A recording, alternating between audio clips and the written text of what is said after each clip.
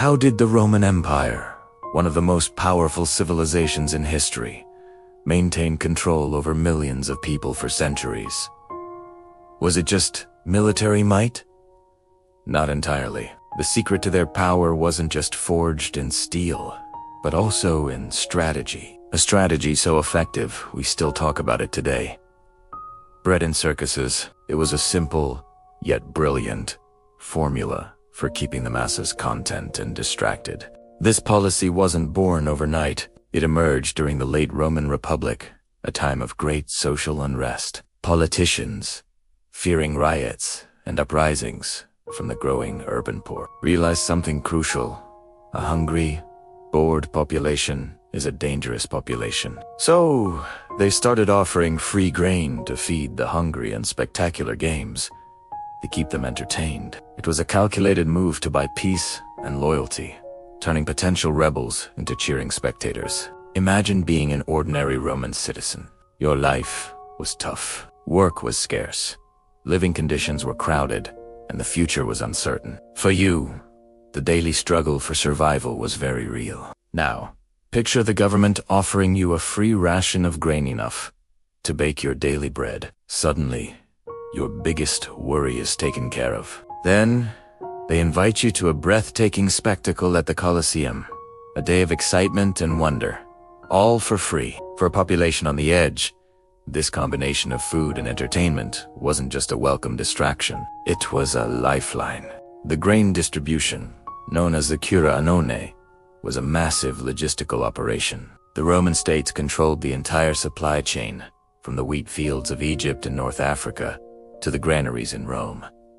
This wasn't just about charity, it was about power. By controlling the food supply, the emperor controlled the people's very survival. The distribution of grain was a powerful political statement, a constant reminder that the emperor was the provider, the father of his people. A delay in the grain shipment could cause panic and riots, so ensuring the supply was a top priority for every emperor who wanted to keep his throne. But food was only half the equation.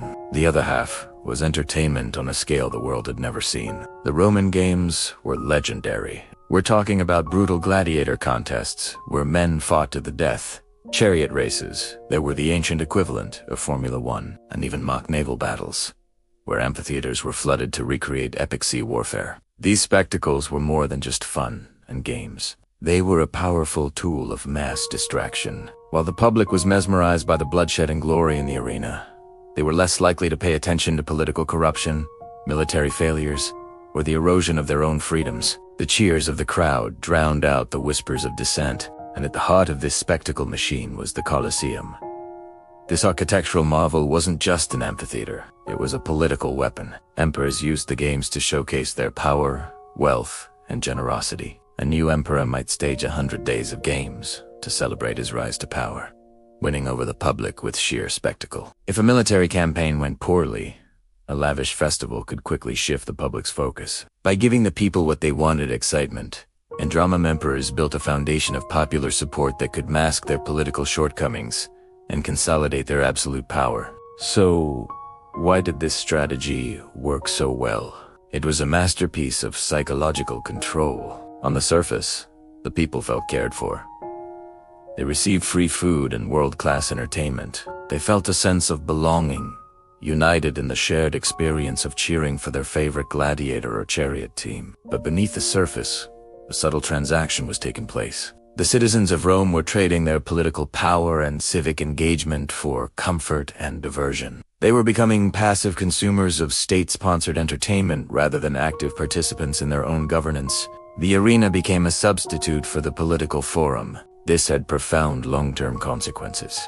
The Bread and Circuses mentality gradually weakened the fabric of Roman civic life. The sense of duty, responsibility, and political engagement that had defined the early republic faded away. Why bother with complex political issues when you could have a full belly and an exciting day at the games? This shift from active citizen to passive subject made the population easier to control, but it also contributed to the eventual decline of the empire. A society that values entertainment above all else eventually loses the strength and resilience needed to face real challenges. It's a timeless dynamic, really. When a society begins to prioritize immediate gratification and distraction over liberty and civic responsibility, it sets itself on a precarious path. The desire for simple comforts and spectacular entertainment can become a powerful force, shaping not just culture, but the very relationship between the people and those who govern them. The trade-off between security and freedom, between entertainment and engagement,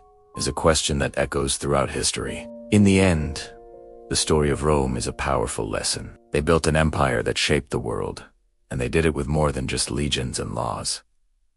They understood that to control a people, you must captivate their hearts and minds. Rome crafted a civilization not only with steel, but with spectacle, leaving behind a legacy that serves as both a marvel and a warning. Thanks for watching. If you found this journey back to ancient Rome interesting, don't forget to like, subscribe, and hit that notification bell for more stories from history. See you next time.